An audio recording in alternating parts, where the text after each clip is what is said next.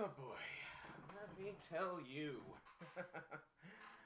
Actually, I'm not gonna tell you. And I won't tell you why. But this has been a hell of a week. Oh boy. So, let me just, oh, there you are. Let me scratch my nose. So, this is Drezen Draws. That stupid blue light on top of that camera is driving me nuts. But, hey, you know, it's totally fine.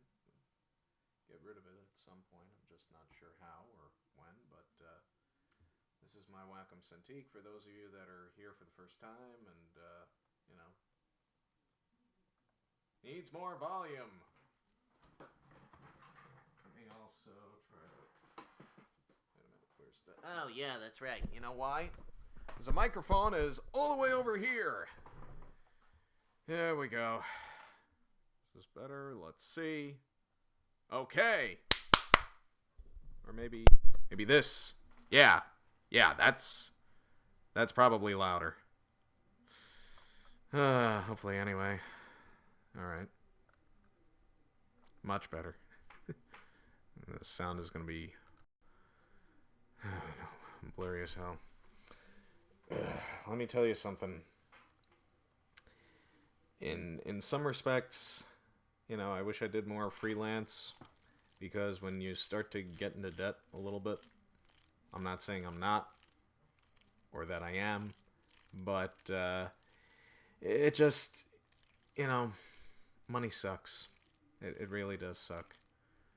And there are a number of things I should have done when I was much younger to be more responsible with my money instead of, you know, spending it on the garbage that I did back in the day.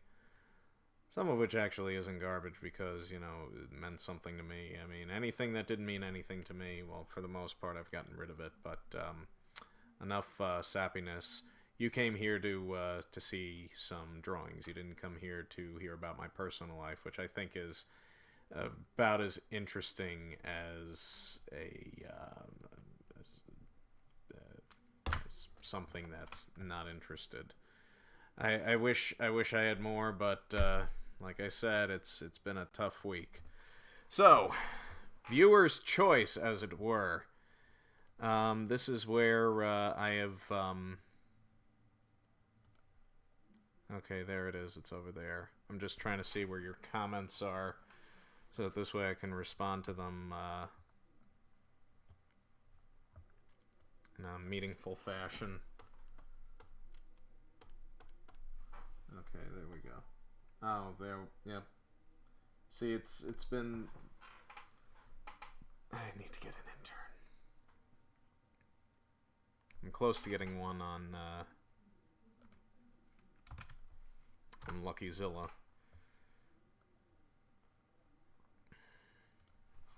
But, let's see. Let's see. Okay.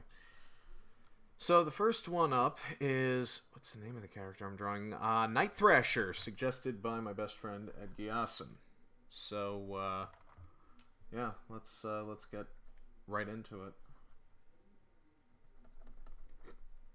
Is it just me, or does this character bear a very strong resemblance to Judge Dredd, or am I just, you know, thinking too far out of left field?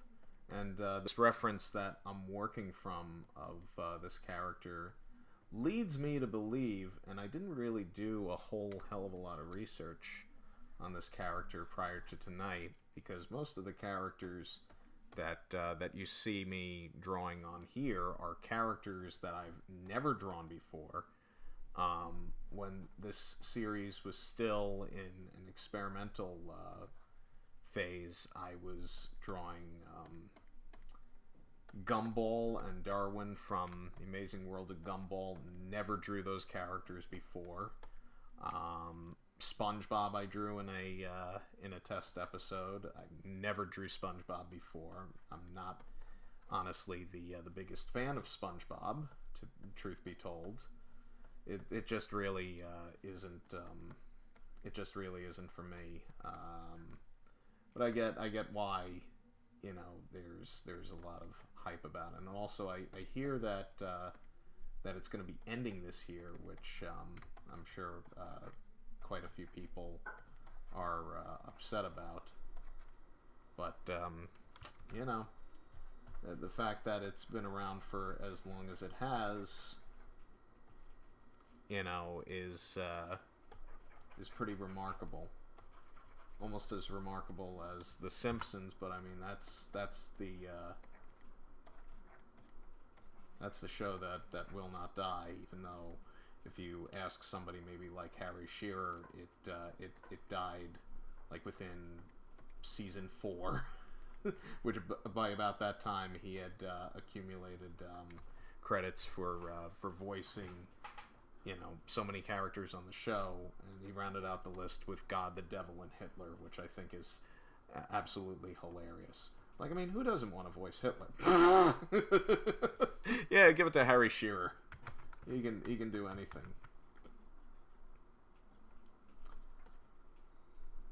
He can do anything, including appearing in the 1998 Godzilla,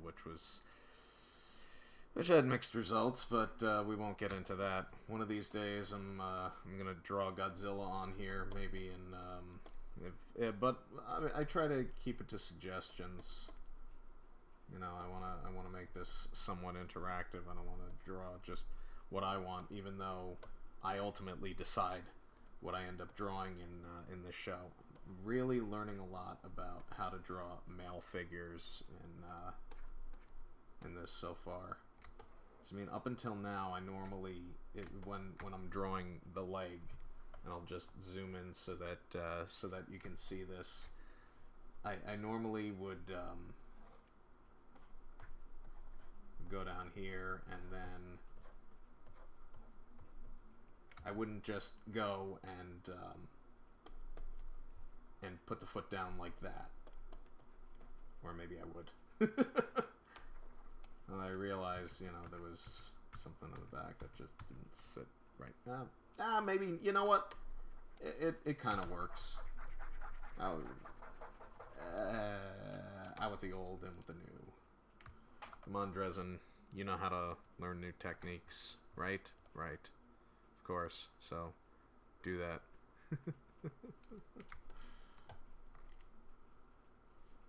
And I think just for timing purposes, I might cheat a little bit. But then again, this isn't cheating. This is called making the most of your time. Because if you got something that's drawn pretty well over here, whoa,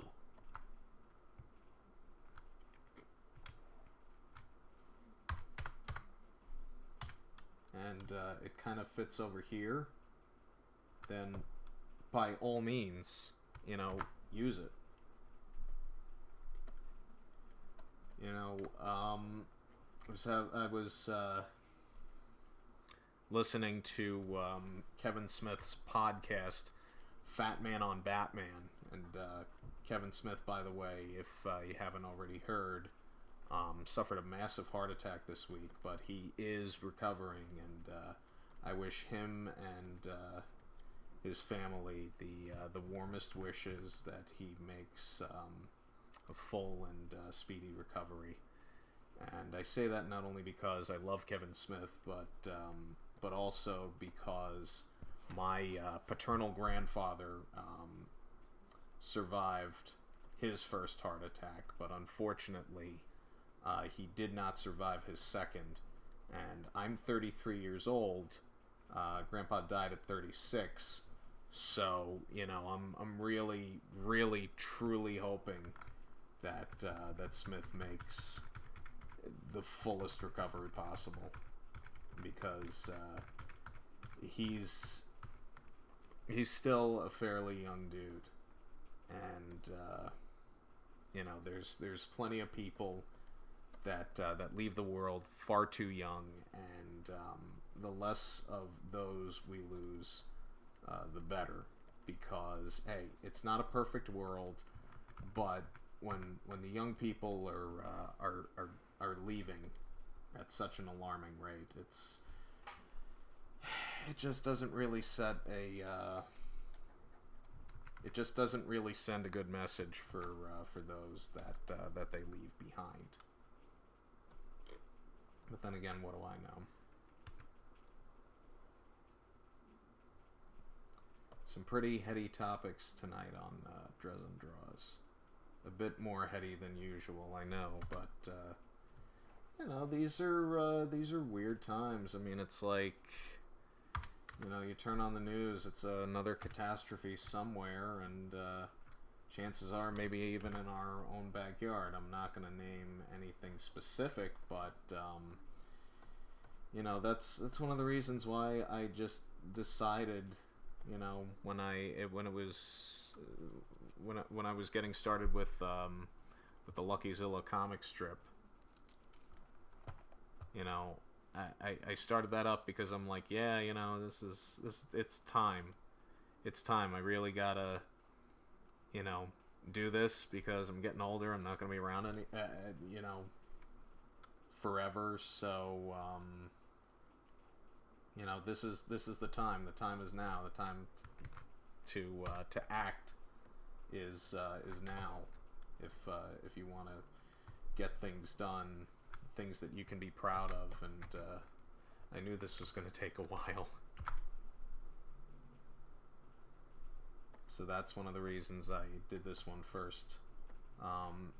The other drawing I'm doing tonight is a character you may have heard of called Static Shock, which was a cartoon that ran from 2000 to 2004 on the WB, and it starred essentially a character named Static Shock, who was sort of a mild inspiration to me when I was rethinking the character of Lucky-Zilla, and I made his powers electricity based. But actually, that predates Static Shock by just a little bit.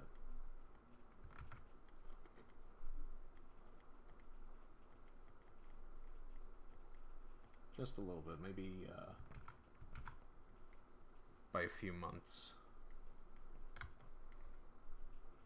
You gotta be careful here because any more deviation from the mask and he'll look like oh, okay. See, it's been that long since since I've watched the show, but Bruce Jackson had requested that I draw that. He's an artist from New Jersey who I met at Eastside Mags when Diana Lito did a signing and sketching there. I think it was late last year. It was when I first approached her about doing a Lucky-Zilla cover, and it was like, you know, because Diana's a friend, and I approached her and I'm like, so you do commissions, obviously, but let me ask you, what do you? I mean, would you be interested in doing a cover for Lucky-Zilla? And she gave me her rate, and I'm like, yeah, that's great, and we were off to the races, as it were. And for those of you who Virgil Hawkins, okay, cool. Hey, the more I know, you know more about this character than I do.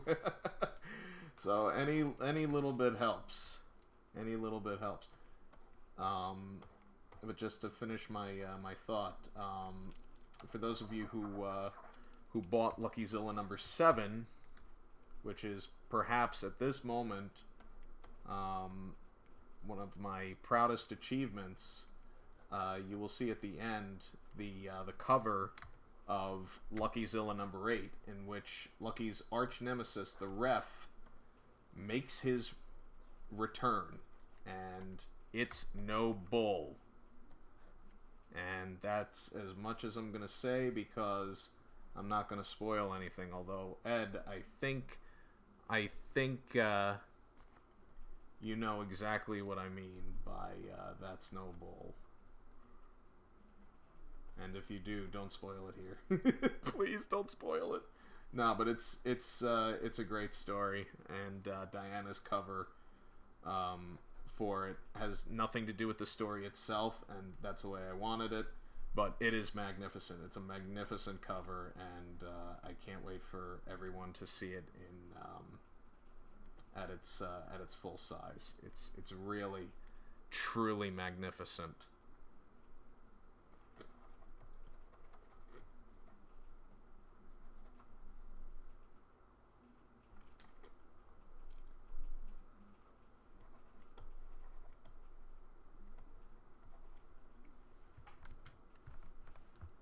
Perhaps maybe I went a little overboard with some of the outlining, but I mean, you can see there's a lot to see.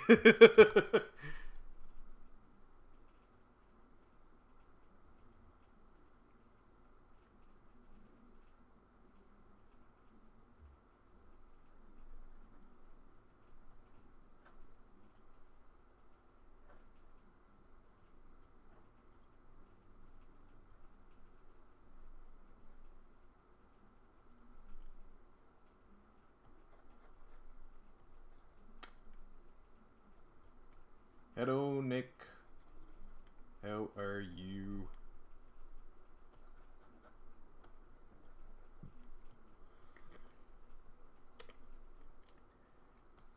As far as I know, Nick is one of the people who would like to see the steamed hams meme die, and quite honestly, I don't blame you.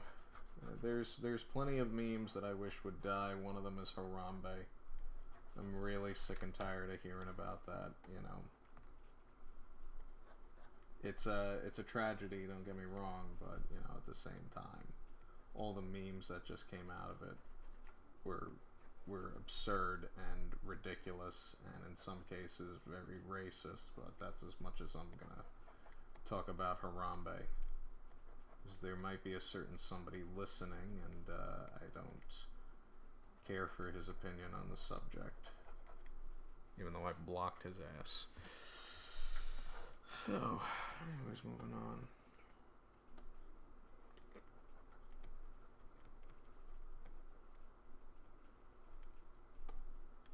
I'm gonna need to update Illustrator after this. I'm not exactly happy with the way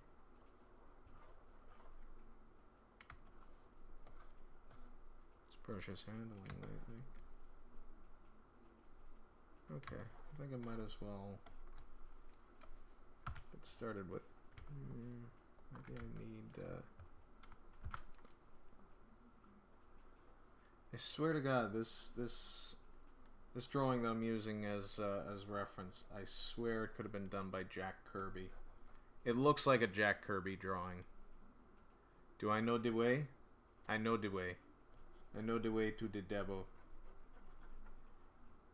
Yeah, now Uganda Knuckles is a meme I can kind of get behind because, I mean, I grew up with Sonic, and I just submitted an interview for In Beyond Magazine, or In Beyond Mag, I think it's called. I really got to learn the names of some of the stuff that I submit things to. Like the convention I did this past weekend, Fanfare, I didn't know what the true name of it was until like 2 weeks before I did it. I kept forgetting. I thought it was much longer than it actually was, but it was really just Fanfare, and it was great. It was a really, really, really terrific show. Sori Adams, who is actually the daughter of Neil Adams, I think is one of the president. I think she's the president of PTA or something. Anyway, she was the showrunner for it, and she did a hell of a job. She and her team did a hell of a job in putting it together, and I mean, it looked like it was a success. I had a lot of fun. The vendors seemed to have a lot of fun. There didn't seem to be a single negative vibe throughout that entire place, which, you know, in this day and age, it might seem like a rarity, because it's like, you know, you go to any show in any Comic-Con in the United States, you know that there's going to be vendors that are happy with a show and those that aren't for whatever reason. And I mean, I've done some good shows, and I've also done some pretty shitty shows. I gotta watch myself. There might be children listening. Terry Toons one is good. Oh yeah. The Somebody Touch My Spaghetti. Yeah, Ben McDermott loves that one. He's done a few drawings of those characters, and I think he's done a few mashups actually with somebody else doing Somebody Touch My Spaghetti. I forget who though. Might have even been his own character, Ricky Rabbit. I just know because I scroll through my timeline. I'm like, okay, Ben posted a picture. All right, okay, cool. And then I just kind of get distracted. It's not easy having my brain because I have a billion things going on in it, and not enough time is spent with the things that they're supposed to be spent on. I don't know.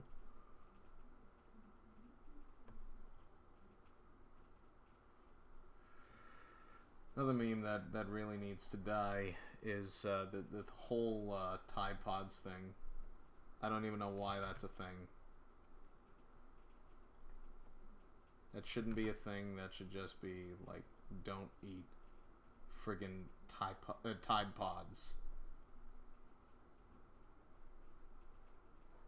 I mean, it's like that's the kind of stuff that you find on a show like Jackass.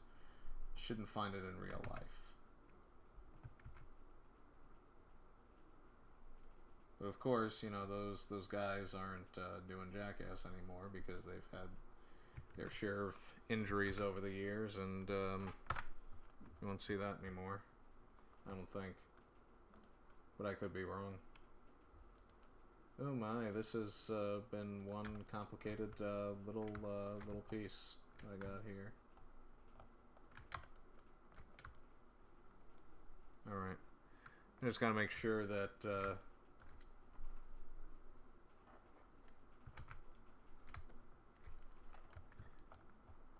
I'm on the right track here. Okay.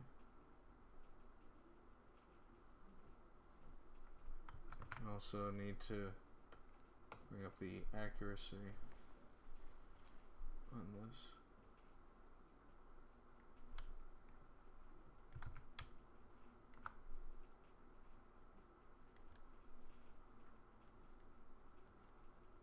I'll try a new inking technique that I myself haven't really used at all. It's actually more of a shading technique than anything else. So I feel the need to really use more shading. Any of you that have seen or read Neil Adams' most recent work, whether it be Dead Man or if it's whatchamacallit, I was just reading it tonight too. All of a sudden I can't remember titles of like anything. The Coming of the Supermen, which Neil Adams writes and draws. I'm really enjoying it. I'm at the end of the first book. It's when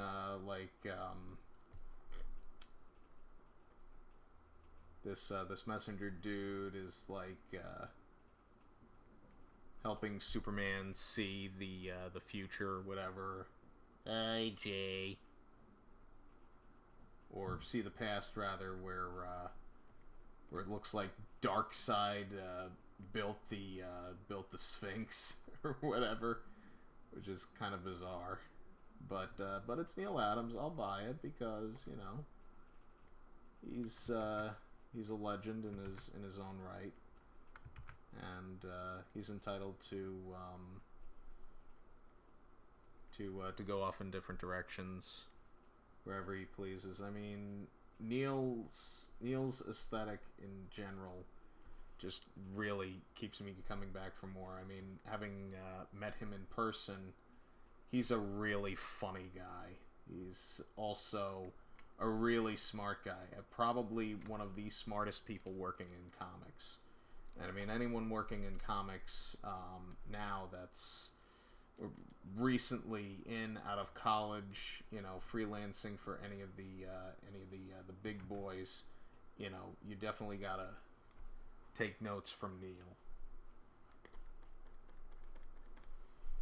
I mean, this is the guy that helped Siegel and Schuster finally get royalties on Superman, and it kind of started with a conversation that he had with Joe Shuster when he went to go see the Superman musical. Yes, there was a Superman musical back in the '60s, but Superman creator Joe Shuster, who is out of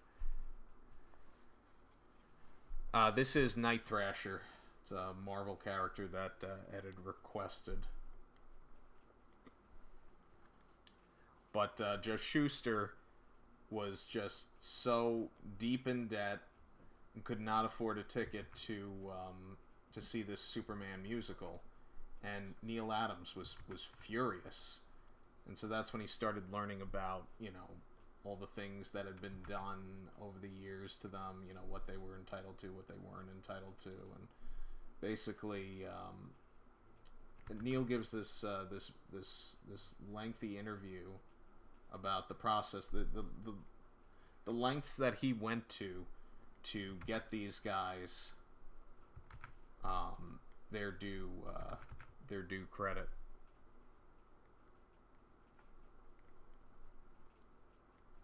This might be more elaborate than I'm used to, so bear with me. But I listened to like six hours worth of interviews with Neil, and you know, it was just incredible, all of the things I learned about the comic book business before 1970, because he was there. You know, I have two comics that are sitting over. They might actually be sitting on my dresser now. That are signed by Neil that day. I inquired with him about something else, which I won't get into publicly now, but message me and I'll tell you about it. But Neil Adams got the very first copy of Lucky Zilla #7. As my way of saying thanks for all the insight that he gave in an interview 3.5 years ago. But more and more people are listening to those interviews. They're coming up to him at conventions being like, oh yeah, I heard you on Kevin Smith's podcast. And he's like, oh yeah, that's right. Yep, I did that. It was a lot of fun. And you could tell that Kevin Smith was really eating it up, because this is a guy whose work he read growing up and treasured very deeply, probably much in the same way that I still to this day treasure the Archie Sonic the Hedgehog comics, which were written by Michael Gallagher and drawn by Dave Manek.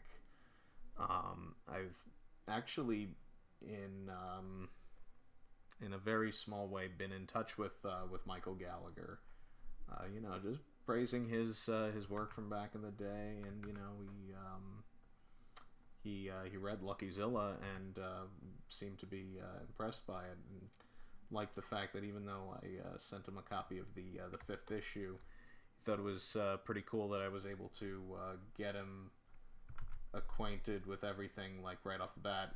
It was easy for him to get into, I guess is what I'm going with.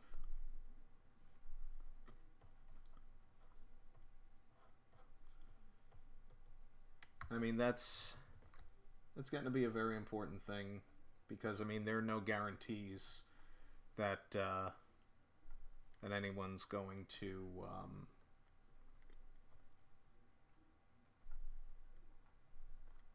get your book right off the bat. I mean, that's one of the reasons I did the origin story this time around. I just figure, yeah, you know, it's kind of time. I'm due for it. So I did the origin story. I'm very proud of it.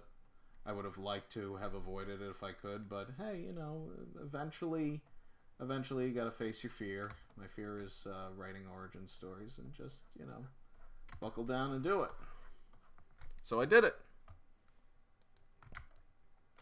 Well, we got the head out of the way. You're getting way more than you bargained for, Ed. I'm telling you. But I'm really enjoying this character, I gotta say. Sometimes you just need to take the more accurate approach with the blob brush, I guess.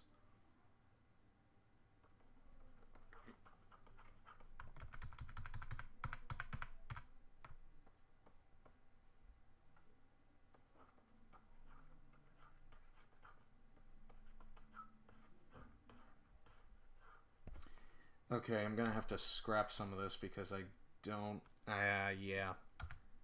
I gotta take it easy. Oh.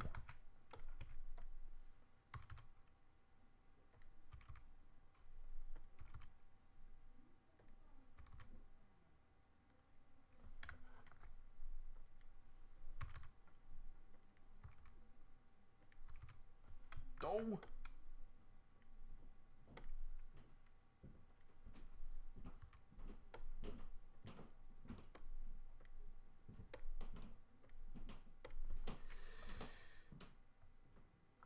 Flex that creative muscle. Oh, I'm flexing all right.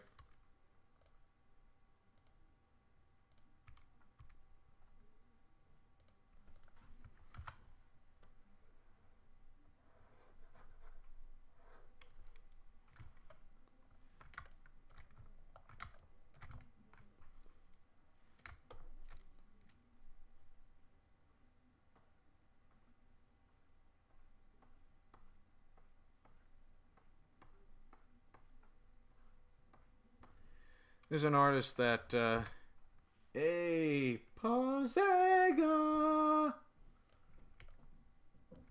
There's an artist that you guys really need to check out. His name is Philip McNulty. I met him at a show in Jersey late last year, and he's a little bit younger than me, and his work is just all sorts of epic, like beyond epicness. I mean, he did this amazing poster, which I really do gotta buy off of him when I'm a little bit more responsible with my money. I'm kind of grounding myself for the way I spent my money as of late.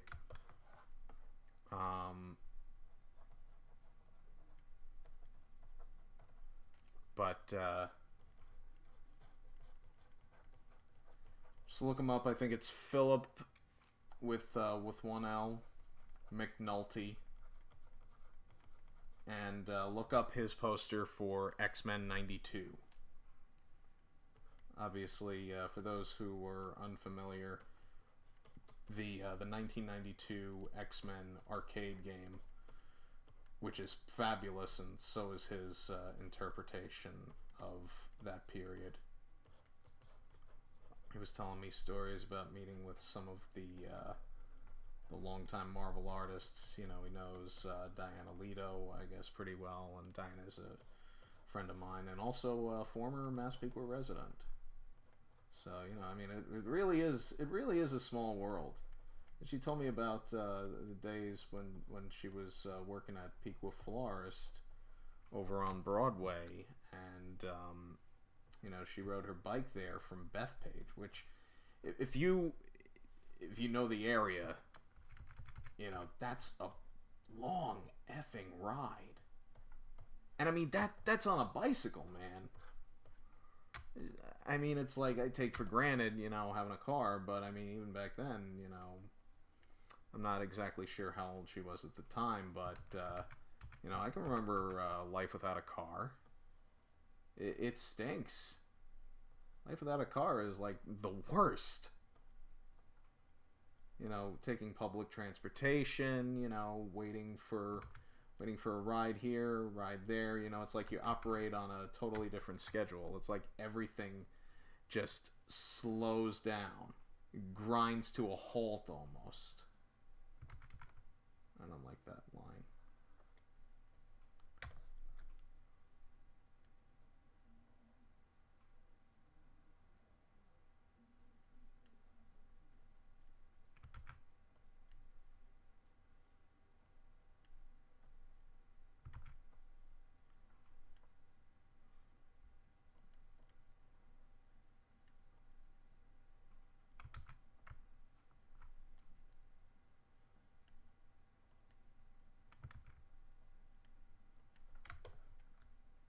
Let's see, where am I at?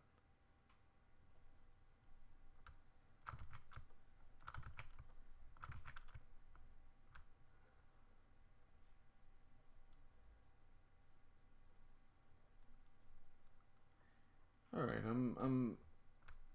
I'm fair with it's fair where I'm at time wise. I mean, I started late for personal reason that I will not get into, but let me just say, for those of you that have joined within the last 10 minutes, it has been a pretty rotten week for me, and something rotten happened. I'm okay. It's fine. It's not dire. It's just one of those situations where you're like, really, this has to happen this week? Okay, fine, you know, but I'm not gonna be happy about it. And again, I'm not going to get into it publicly, so if you ask me, I probably will not answer. But you know, bottom line is, I'm finishing this week.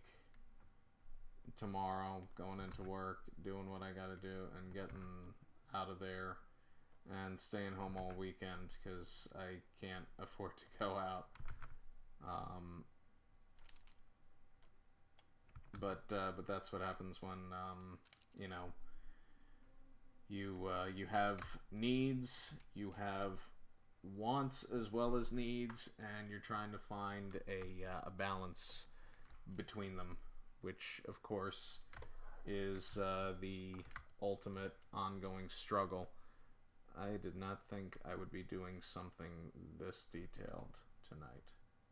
So thank you, Ed Giason, for encouraging me to flex my creative muscles, as it were.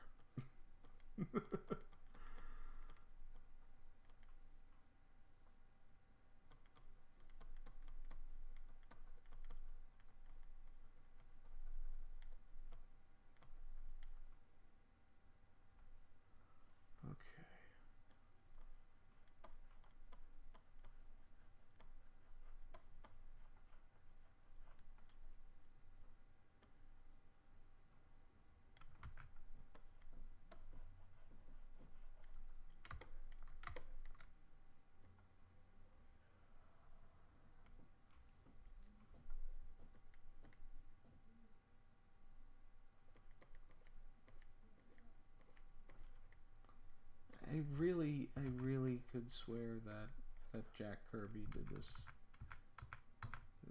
this drawing of the reference I'm using on the side. I could swear that he did it.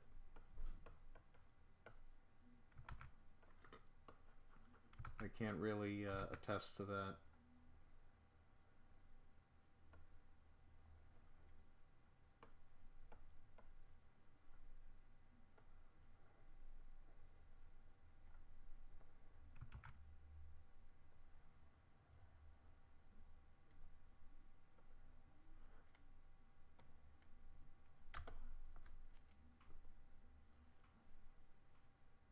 Oh, snap.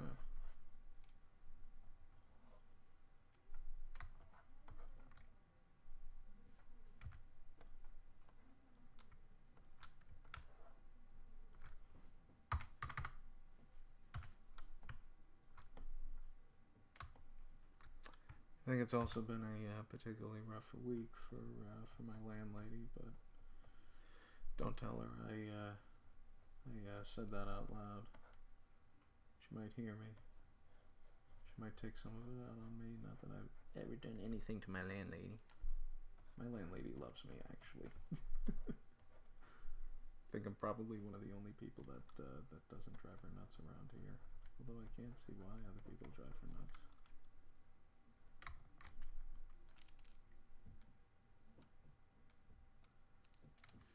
Because I don't involve myself that much in other people's lives. That's why I sit around and draw cartoons all the time.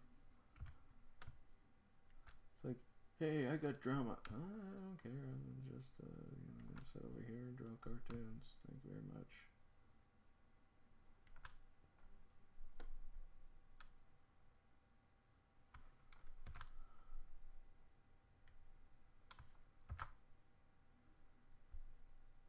Well, this one, this has taken a while only because I chose to do this a certain way, which is a little bit more,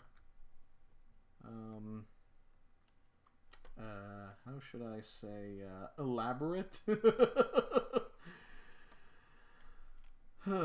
But normally I would say if I was doing a Lucky Zilla comic strip, if I'm working on my Wacom Mobile Studio, inking a panel can take anywhere between 15 minutes and about a half hour.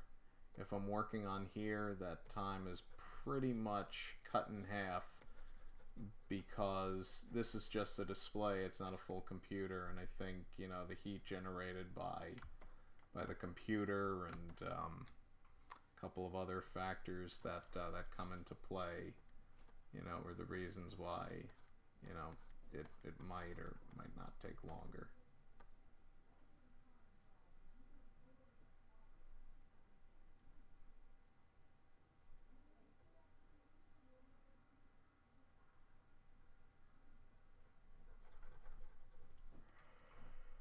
I think I maybe got in over my head on this one, but oh well. I think I'll be proud of myself later on. It's all a matter of just, you know, figuring things out. That's what it really all comes down to.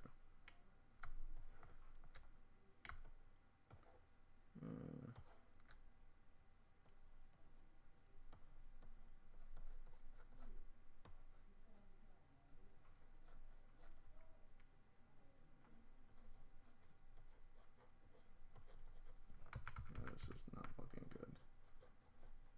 I'm using a lot of memory, that's why.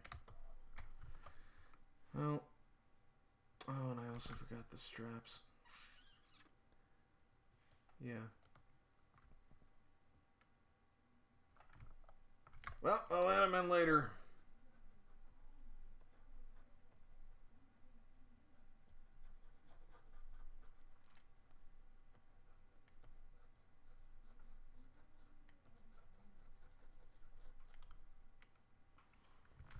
Actually, truth be told,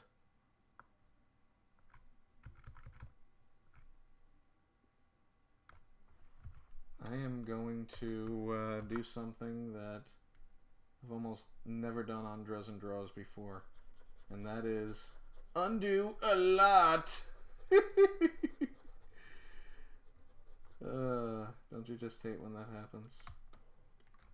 Nah, because I mean, let's face facts. That really wasn't looking all that good after a while. But that's one of the things that I hope to encourage as well. You know, with this series is, okay, you know, you made it this far, you ran into a bit of a problem on something.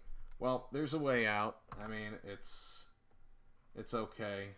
It's okay to make mistakes. I mean, professionals make mistakes all the time. You know, I mean, professionals also built the Titanic, but that's a different story. I don't necessarily think of this as a sinking ship.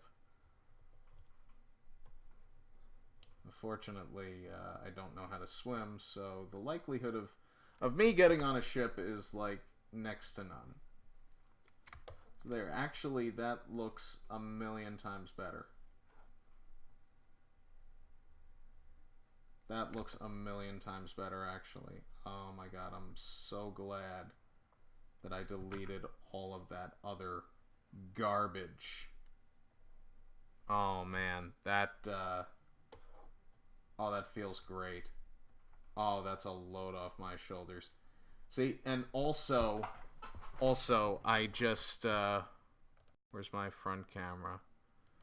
What you've just seen is just a random act of problem solving that just totally worked out in my favor. I mean, I might look back on it in a few weeks because occasionally I rewatch some episodes. Not often enough because, you know, it's like who has time to sit and watch an hour of me drawing? Other than me and other than you when you're watching it, but you know, I'm just saying it's one of those weird things like, wow, I didn't realize that. Well, you know, that's how it goes. Anyways, yeah, I'm loving that already a million times better than what I had.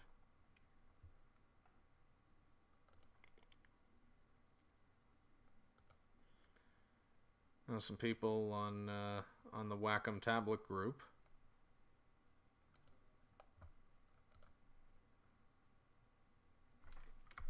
are able to see this, and there's people on there that are from all over the place. Now we come to my favorite part of drawing any superhero, and that is the equivalent of underpants, because apparently this character doesn't really wear underpants over his uniform. Truth be told, real heroes wear underpants.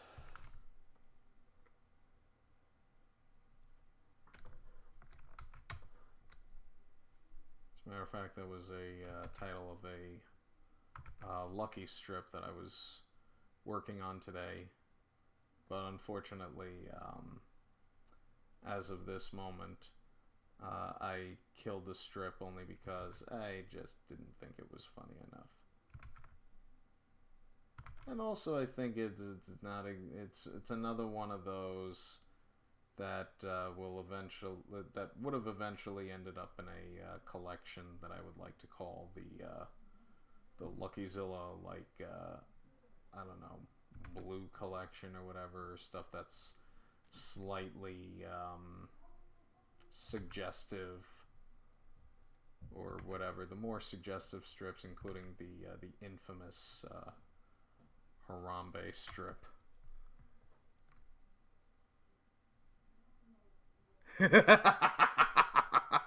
Well, you know, in all honesty, I'm all for it. You know, I grew up watching the Adam West Batman, and I mean, people will say, oh yeah, that show is campy as well, you know, use whatever expletive you want, but quite honestly, it's like that. It was supposed to be like that. It was supposed to be fun. You know, it's like, who cares?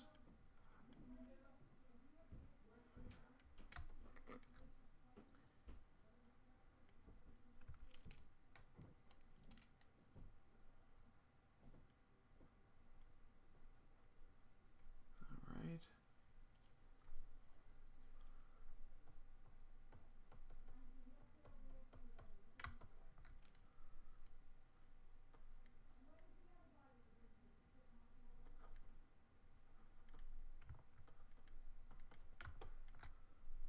I'm going to be able to draw Static Shock after this. And thankfully, he's a little less of a workload, I think.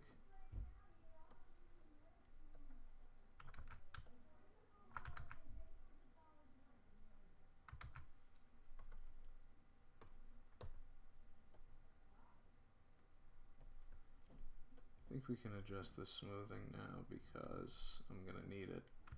Also, my right hand has been shaking a lot all day. I got the shakes.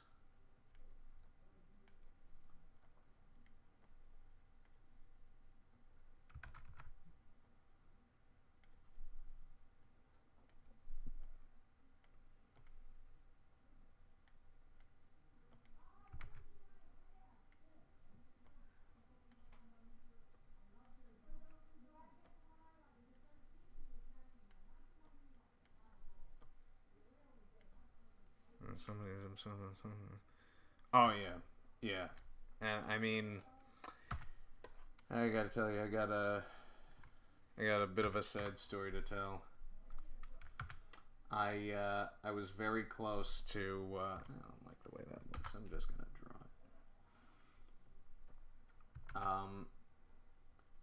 it. Any of you big time movie nerds know that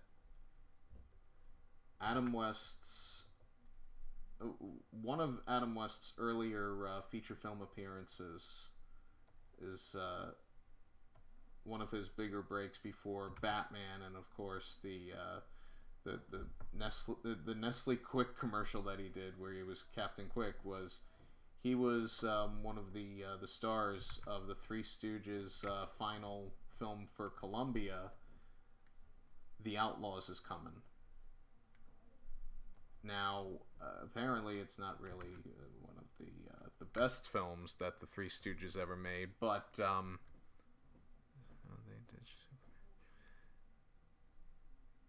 yeah, definitely. I'm glad you bring that up, Nick, because I was reading the Coming of the Supermen by Neil Adams. I guess you might have joined the stream just after I mentioned that, but it's really, really, really good stuff. Right on the front cover, you see, Neil Adams, being Neil Adams, he's been around the block, and he has a lot of pull. And he should, because, look at everything that he's done for comic book creators, and just comic books in general.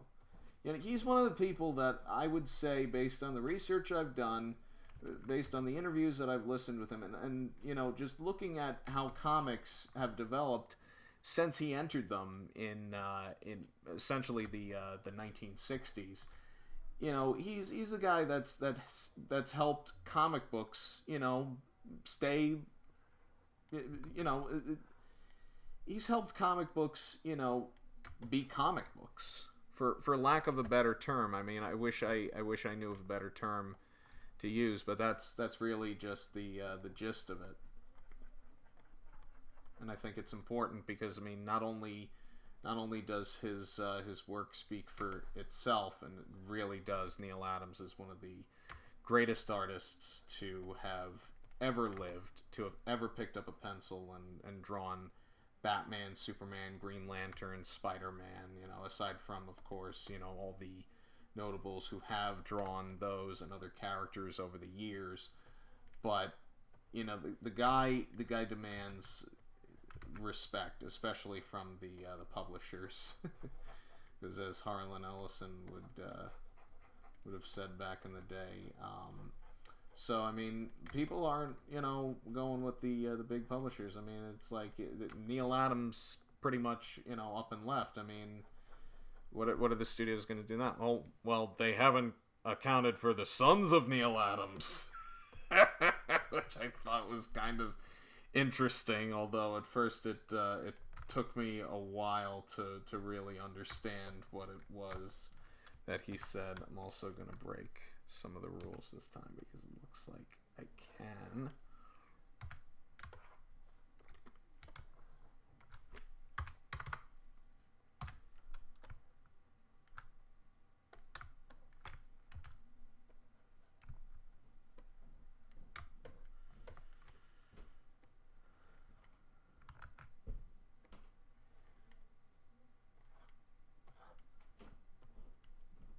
And I was telling Neil's daughter, sorry, I'm not 100% sure how to pronounce her name, but yeah, high school. And don't forget, I got a few years on you, so I know what you mean about high school. I would say that you know, I had some good friends in high school. I also didn't have good friends in high school, but I guess that's everyone. But the friends that I keep in touch with from high school, they're real friends. Because there were plenty of people I hung out with in high school who were not real friends, and I'm thankful that I was able to purge them from my life after I graduated.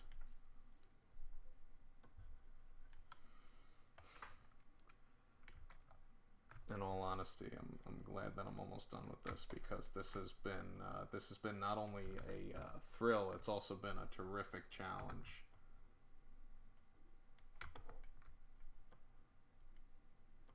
It's been so much of a challenge that here it is, 9:10, and hi, Chris. Here it is after 9 o'clock, which is when I would normally be ending this stream, and I'm still on my first drawing.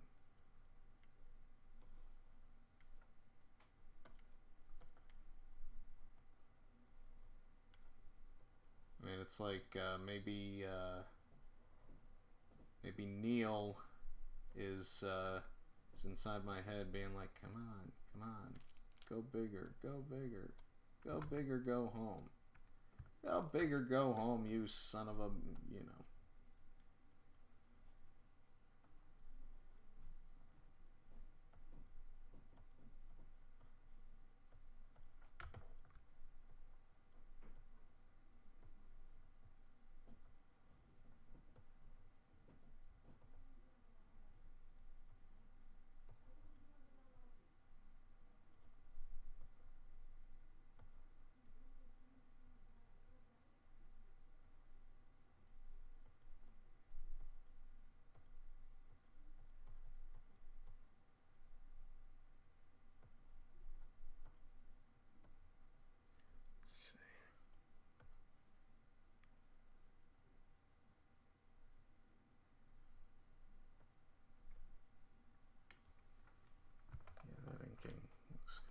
consistent.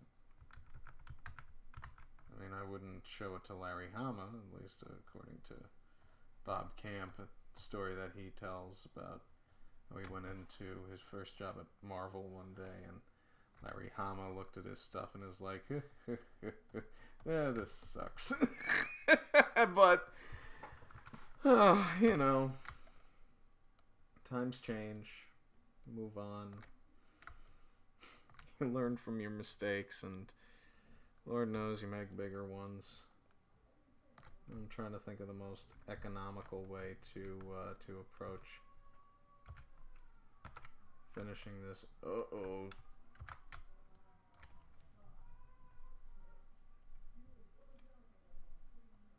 Oh, you woke up the baby.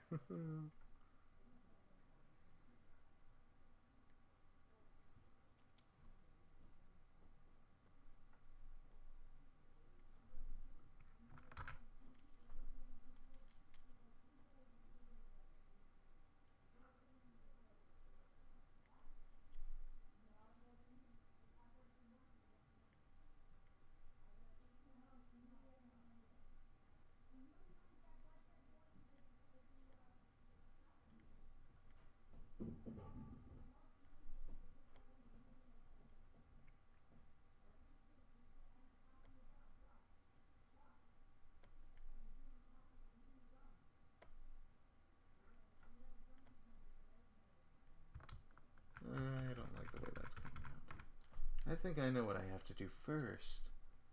I'm gonna do it, and then I'm gonna go back and maybe.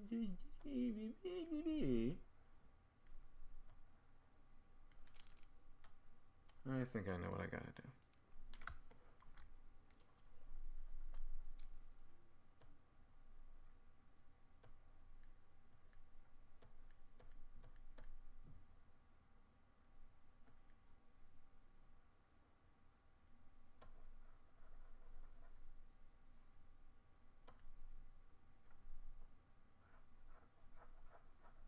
we're supposed to get some really heavy rain tomorrow, but I'm going to be home all weekend, so I think we can honestly get all the rain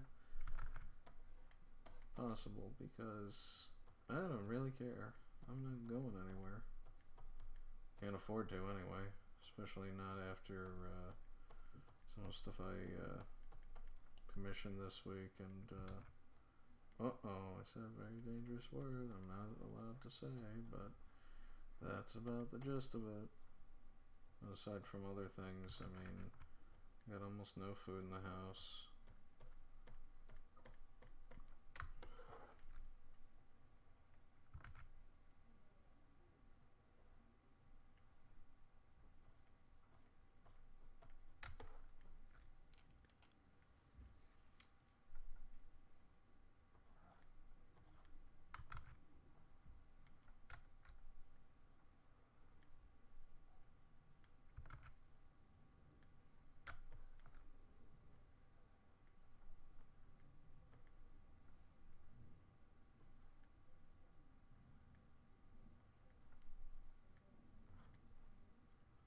There's a story I was telling earlier, and I think I cut myself off, where I was reading a comment, and I can't remember. Oh, yeah. So, Neil Adams made my day listening to all those interviews while I was finishing Luckyzilla issue number 7. So I gave him the first copy of the book. It was actually a pre-edit, which was before it went into revisions, typos and corrections and whatnot. So we got the one with the least amount of typos. I'm sorry. But I was telling his daughter,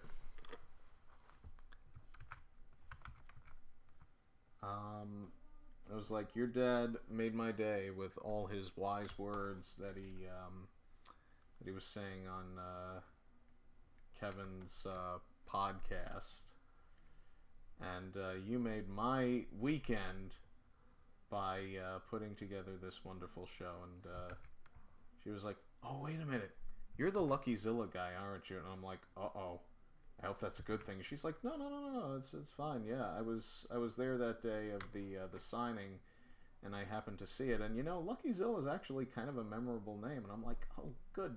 And she's like, well, I mean, I am a bit of a Godzilla fan. And I'm like, oh, yeah, that deserves major poundage. But yeah, she was really cool. Really cool lady.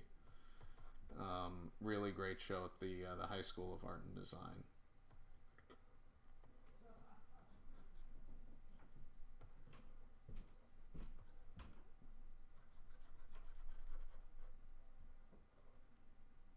There's supposed to be, I think, a Netflix documentary coming out called Chris Claremont's X-Men or something. I'm really looking forward to seeing it. I don't know how the rest of you feel about it, or if you're into it or not. I don't know if Ed's still watching. I don't know if he has any thoughts on the matter. I don't know if he wants to have any thoughts on the matter. But as far as I'm concerned, as long as it's not another remake or sequel to something that just happened to do adequate business 25 years ago. The name of this character is Night Thrasher. He's a Marvel character. Beyond that, I don't know anything about this dude. I haven't seen him before tonight, and let me see how well this is going to look from.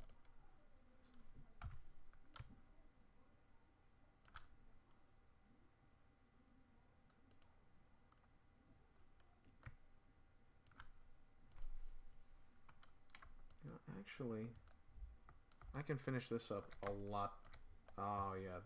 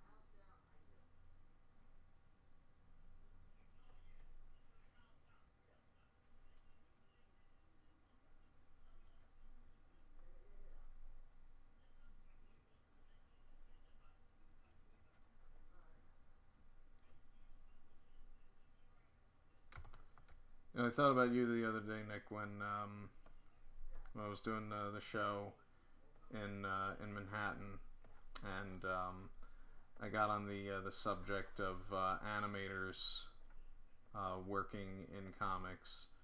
As I know you posted a page earlier today, and you post pages frequently of comic art that was done by the Fleischer regular Dan Gordon. And I mean, it's like he moonlighted in comics like crazy, along with many others, including I think Myron Waldman did quite a few comics, though not nearly as much as I think Gordon did. Oh my God, this is actually looking quite good. I'm glad I really took my time on this. I know some of you, if Bruce is watching, I haven't seen his name come up in the stream, but I'm sorry I'm not getting to Static Shock as soon as some of you might have liked to. But I mean, look at this. I mean, I'm proud of this. Proud of this. I might actually make a print of this.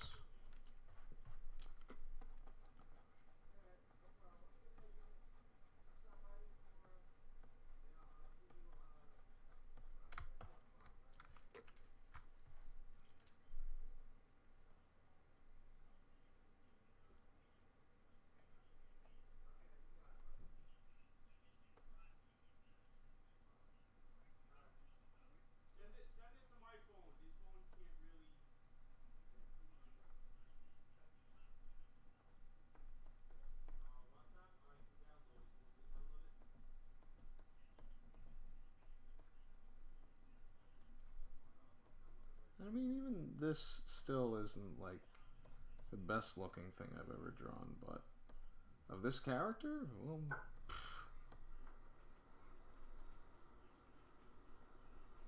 I've never drawn this character before, so.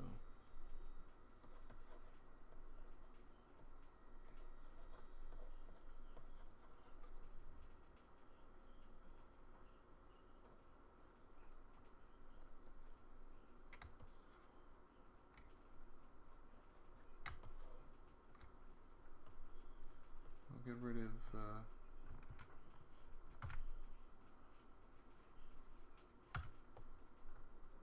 of this crap under here because we don't kind of need it anymore.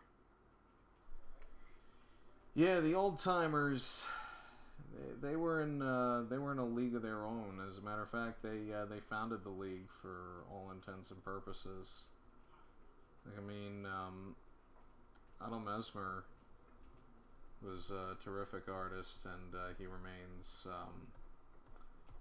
probably one of the best that the industry ever had. But he sort of kind of gets lost in the mix at Sullivan, only because Sullivan was the jerk that he was, and was constantly making bad decisions, bad investments. And on top of that, he was a raging alcoholic. I think he had like a statutory rape case against him, and he was in jail for a bit. And Mesmer essentially ran the Pat Sullivan studio because of it.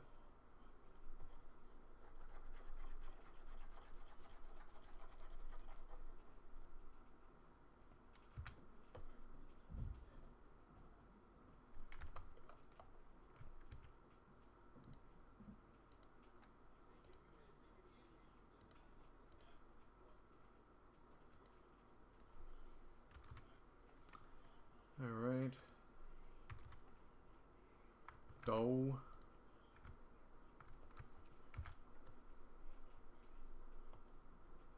You see, as you zoom in more and more, you see some of your mistakes, and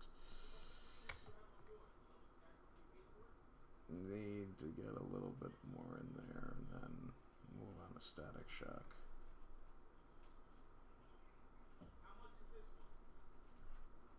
Male anatomy is not as easy as it looks, especially being a dude. I mean, it's one of those things that you just don't really think about often enough with your own anatomy, but it's important depending on what you're going for. think we're gonna blacken that up.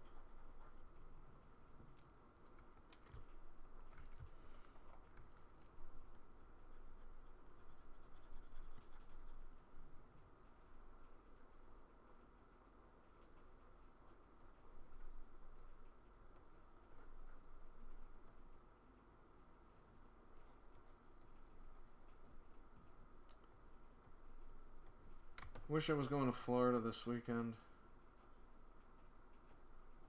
But then again, you know, I could almost care less because I haven't seen what the weather report is like down in Fort Lauderdale.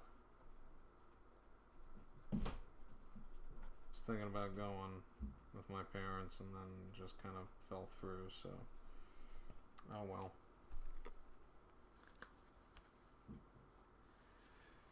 That's pretty cool.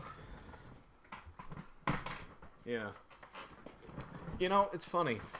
The early Sonic comics and Mesmer's work kind of stand out to me in some ways because you look at Dave Manick's work on Sonic and you look at Mesmer's animation.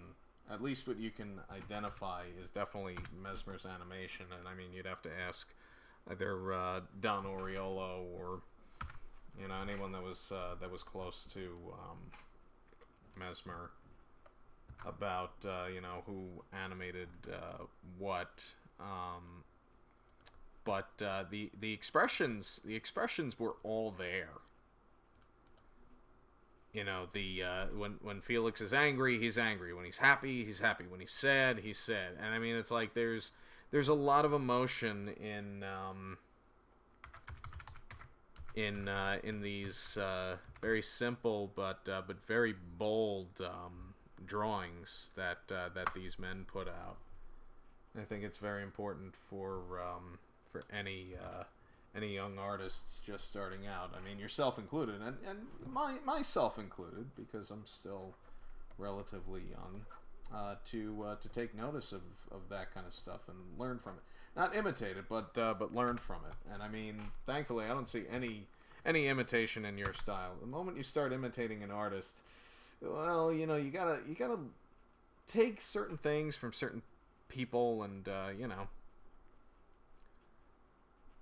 yeah, definitely. I mean, no disrespect to the team that worked on it later, but Gallagher, Manick, DeCesare, and Art Mawhinney and Rich Kozlowski, Patrick Spaziante, guys of that nature. I mean, they're all great. I mean, my favorites are always going to be Manick and Gallagher, but what can I say? I play favorites. Now, moving on finally, which I'm sure all of you are very very happy about. I'm going to be drawing Static Shock, or Static from Static Shock, to be precise.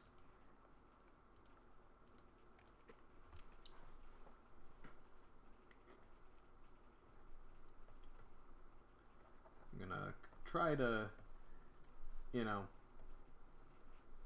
condense this as much as I possibly can. That is not a good way for me to start this out.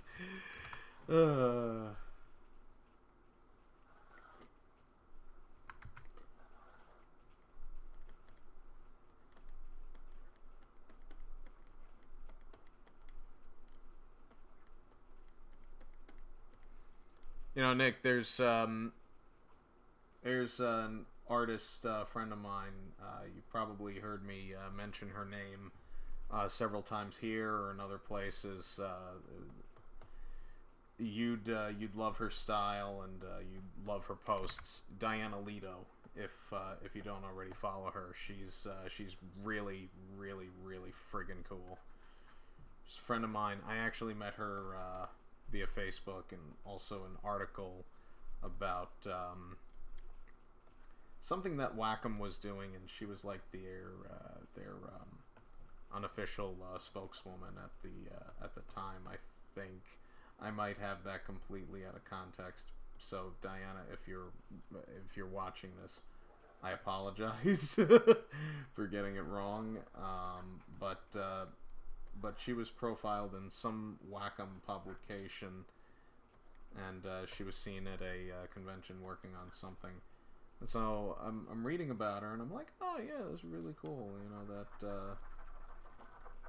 You know, here she is. She's doing her thing.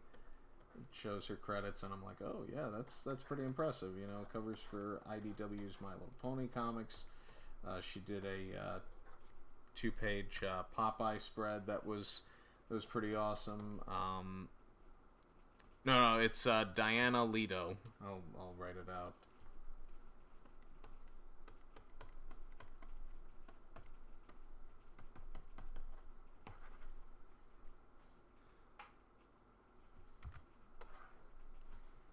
Yeah, Diana's the best. She also, I think, has the greatest log line on her website, which is I think it's design, illustration, pancakes. I think she also goes under the name of Angry Pancake Productions. She'll sometimes refer to herself in conversation, I guess, or in her post says, "I'm a lucky pancake." I just thought that was so freaking funny.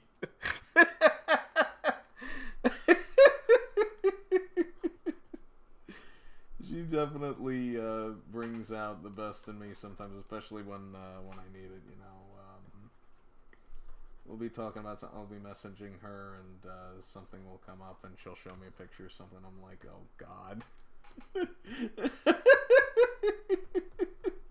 Or I'll show her a picture of something, and she's like, oh my God, I never heard of that before. It's things that that you get to realize as an artist. You know, when you converse with other artists or who have similar dreams or interests to you, and you start to find out things about comics that you didn't previously know before, or certain techniques that you never really considered. Like, I mean, I'm gonna name drop again, like Milton Knight, for example. I mean, it's like that guy is probably one of the most educated, art-educated artists that I've ever known. And I'm not just saying that because, you know, I love his work, because his work is really freaking fantastic. But I'm saying art-educated in the way, no worries, Nick. Have a great night. But yeah, I gotta say, his knowledge of art is like almost second to none. I mean, it's like he finds pictures, he has pictures, you know, of things that, you know, I don't see, like, really anyone else talking about. And I mean, here he is bringing it to the forefront, and I'm like, dude, that's actually really cool. I mean, it's like he brings in all these Japanese watercolor paintings that have survived since the 15th century.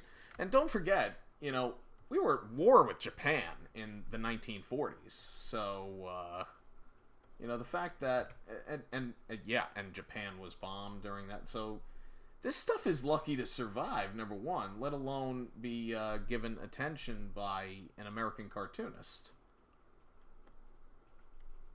So just consider that for a second.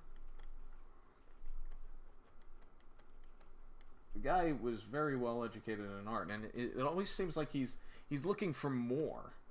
He's always looking for more, and he's always looking to share it.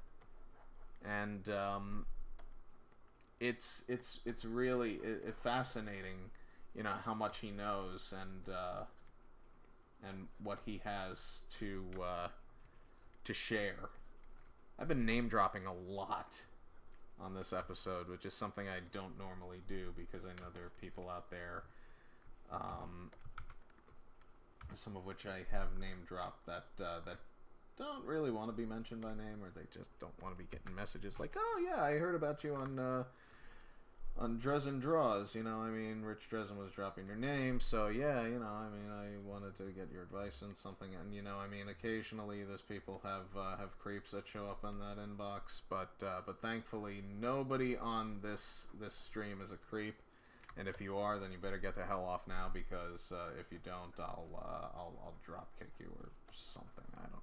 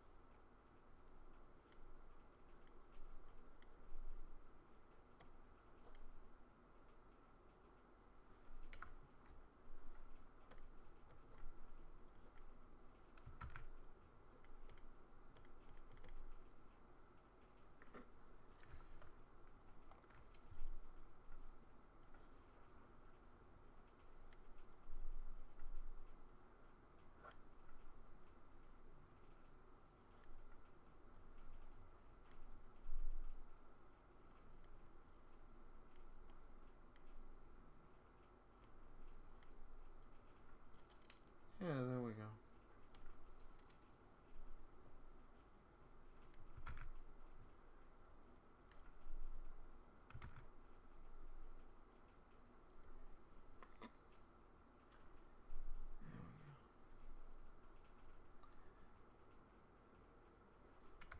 Ed, if you're still here, thanks for the suggestion of Night Thrasher. Keep meaning to say Night Howler or Night Crawler or whatever, even though I know it's not either one of those things, but when I find myself in a bind like that, I'm like, I think its name was Leo. Yeah, that's it. Like my maternal grandfather, if he couldn't remember anyone's name, or if he was calling out for somebody, and then like, wait a minute, that's not who I'm calling. Oh, Leo, anybody, I need your help. He would just start calling them Leo. Hey, Leo, how you doing, Leo?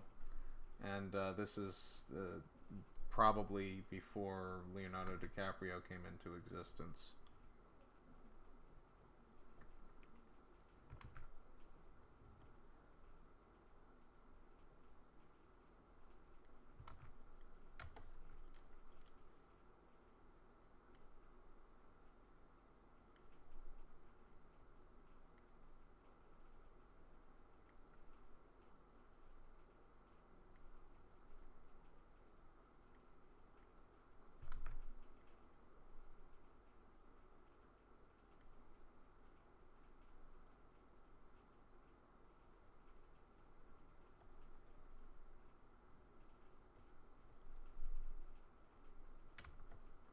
Let's see, what other interesting things do I have to share?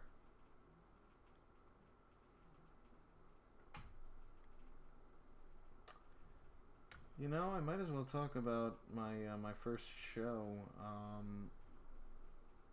of the year. Luckyzilla and I, as it were, did our very first show of 2018 at the High School of Art and Design. The name of the show was Fanfare. It was on East 56th Street in Manhattan, and it was so much fun. It was great to be in a room full of artists, surrounded by artists who, just like me, were trying to make a living at what they do, or what they love to do, rather, because a lot of them were still in high school. I mean, it's like, you gotta understand, this is the High School of Art and Design. So they're being educated in cartooning and animation and everything, the whole 9 yards. And I mean, there's some kids that I met that really are very talented, and most certainly have a future in cartooning and animation and such. their confidence level, I have to say, at most that I've met, is very low. And I mean, I can relate to being there myself. And, you know, when you're that young and inexperienced, I mean, naturally, you know, I mean, that kind of stuff, it does, you know, you will feel that. You will feel that at times. But letting it conquer you and, you know, taking steps to better yourself are two totally different monsters, and you have to account for both.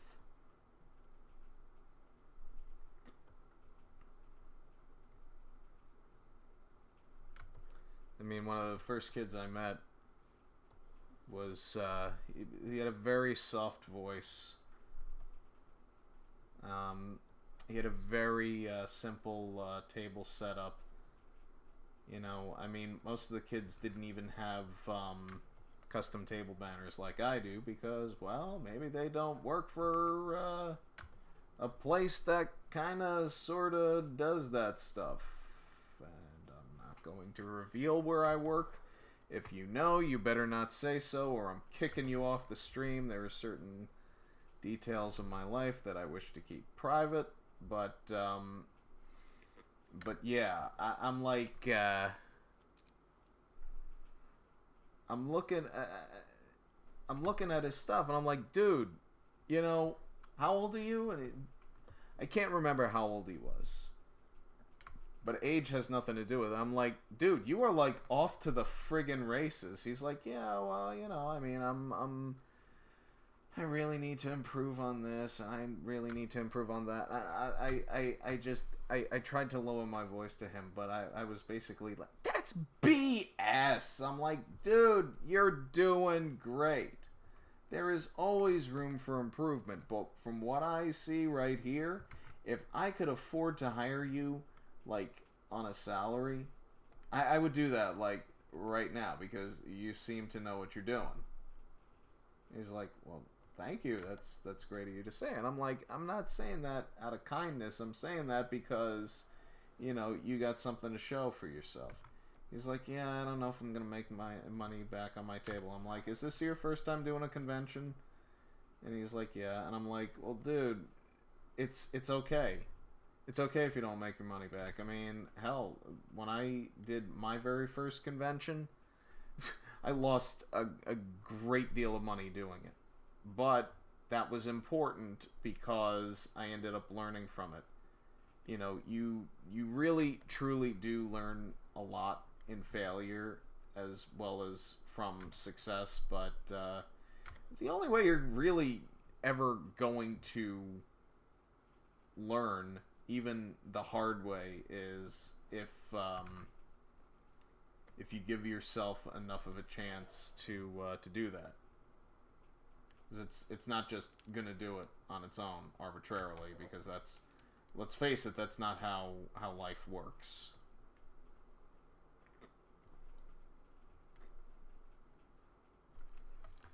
It's gonna be another one of those streams, I think, where I'm gonna be like, oh, do I edit this out or I edit that? Well, actually, I'm not even gonna need to edit a darned thing, because this is gonna be going straight up on YouTube when I'm done with it, because I remembered to hit record at the right time.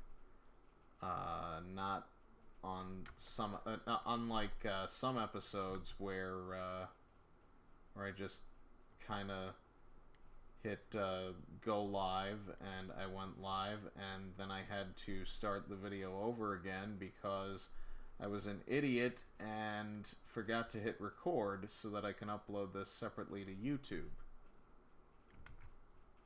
So, yeah, there's that. Eventually I might color this in, but because we're really running behind schedule, I don't think I'm going to do that. Oh my god, it's almost 10 o'clock. Good thing I'm almost done with this, because I really, really, really do have to get going. Well, I am not rushing this by any stretch of the imagination.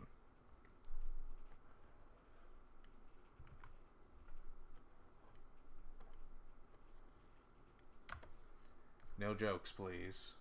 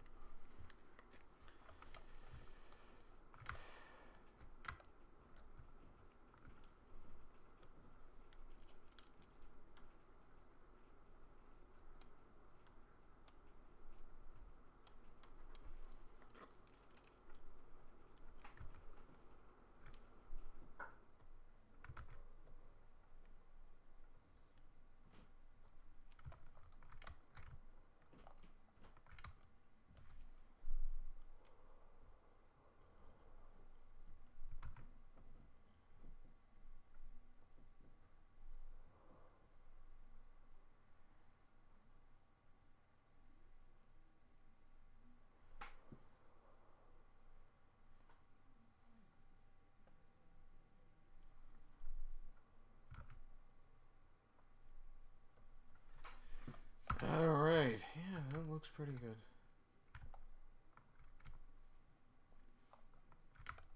That almost looks pretty good.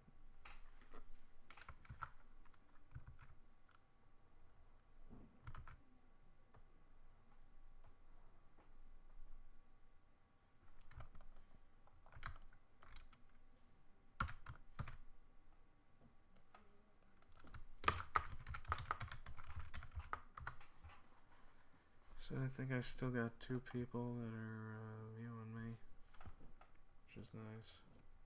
So I'm going to finish this up so that I can be done with this. Really happy actually with the way that these drawings I did came out tonight. Hey, I mean, like I was saying, they're not the greatest drawings I've ever done, but you know, progress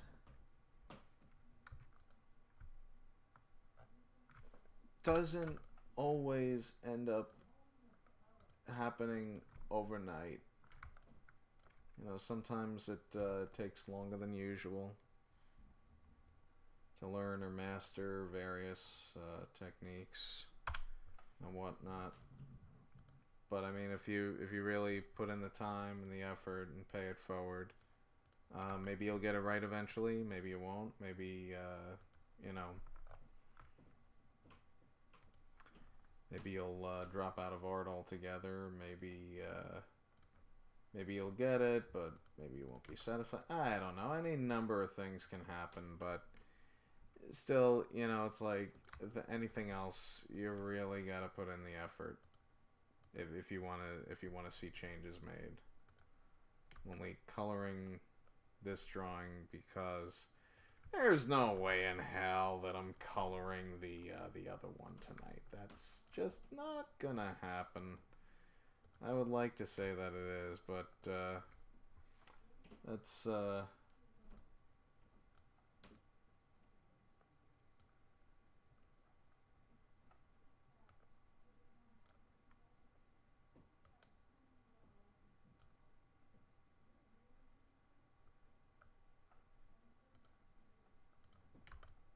It's another tale for another time. Another galaxy far, far away. There is my first time drawing Static Shock. I'm pretty darned proud of it.